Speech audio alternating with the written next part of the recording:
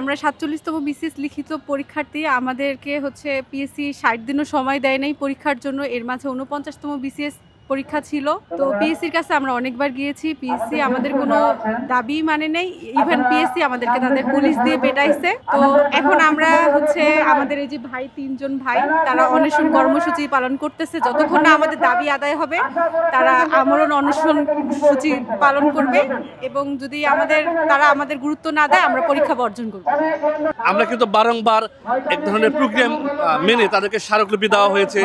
তাদের ওখানে আমরা আসলে একটা লং মার্চের মাধ্যমে তাদেরকে জানানোর চেষ্টা করা হয়েছে এবং যথাযথ প্রক্রিয়া মেনে যেভাবে সম্ভব তাদেরকে আমরা জানানোর চেষ্টা করেছি। তারা আসলে কোনোভাবেই আমাদের যৌক্তিক দাবিগুলোকে গুরুত্ব সহকারে নিচ্ছে না।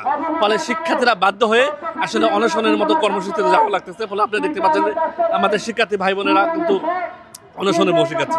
ফলে এখন আমাদের বক্তব্য হলো একটা, যতক্ষণ পর্যন্ত আমাদের এই যৌক্তিক দাবি মেনে না হচ্ছে এবং এই ৪৭তম বিসিএস পরীক্ষার্থীর সাথে একটা ন্যায়সঙ্গত আচরণ না করা হচ্ছে এবং যৌক্তিক এটা সময় না দেওয়া হচ্ছে, শিক্ষার্থীরা অনশনে থাকবে। আপনারা নিশ্চয়ই অবগত আছেন যে আমরা যে এখানে ৪৭তম প্রিলিমিনারি পরীক্ষার্থী যারা পাশ করে এসেছে তাদের রিটার্ন যে একটা আমাদের সামনে ডেট ফিক্স করা হয়েছে যে ২৭ তারিখ।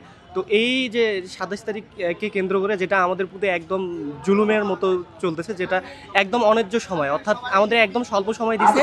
এই স্বল্প সময়ে আমাদের এই বিশাল সিলেবাস কোনোভাবেই কমপ্লিট করা সম্ভব না। আমরা ইতিমধ্যেই এই মাস জুড়ে আমরা আন্দোলন ক্রমাগত চলমান রেখেছি এবং আমরা ঊর্ধ্বতন কর্তৃপক্ষের সঙ্গে কথা বলার বারবার চেষ্টা করেছি।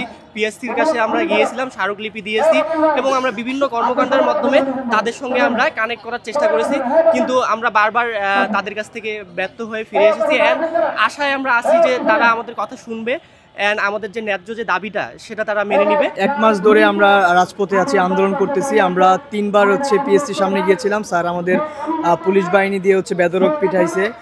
এখন আমরা কোনো জায়গায় কুল কেনারা না পেয়ে আমরা শহীদ মিনারে অবস্থান এবং আমরণ কর্মসূচি দিয়েছি। এখন আমাদের দেওয়ালে পিঠ ঠেকে গেছে। এখন আর আমরণ কর্মসূচি আর বেঁচে থাকে আমাদের আর উপায় দেখতেছি না। তো এটাই আমাদের লাস্ট একটা অপশন, যার মাধ্যমে হয়তো বা আমরা আমাদের যৌক্তিক দাবিটা আমরা পূরণ করতে পারবো। আপনারা যদি দেখেন যে বিগত বিসিএস স্পেশালি ৪৬ বিসিএস যেটা হয়েছে আর কি, ওইটাতে ওরা সময় পাইছিল প্রায় ১.৫ বছর, কিন্তু পিচ আমাদেরকে দিয়েছে মাত্র ৬০ দিন। এর মধ্যে আবার ৪৯তম স্পেশাল বিসিএস ছিল। তো যে সব চিন্তা করি তাহলে আমরা মাত্র ৪৫ দিন সময় পেয়েছি, যেটা খুবই কম। কারণ যারা রিটেন পরীক্ষার্থী তাদের জন্য এই ৪৫ দিন বা ৫০ দিনে একটা ভালো সাবজেক্টও ভালো করে শেষ করা যায় না। আর ওইখানে তো ফুল সিলেবাস ৯০০ নম্বরের পরীক্ষাতে অ্যাটেন্ড করা মানে মোটামুটি একটা প্রহসন। আমরা অলরেডি ২ থেকে ৩ বার পিএইচতে গিয়েছি, আন্দোলন করেছি। পিএইচি আপনারা যদি জানেন যে ৯ তারিখে আমরা কিন্তু পিএইচতে গিয়েছিলাম আগারগা।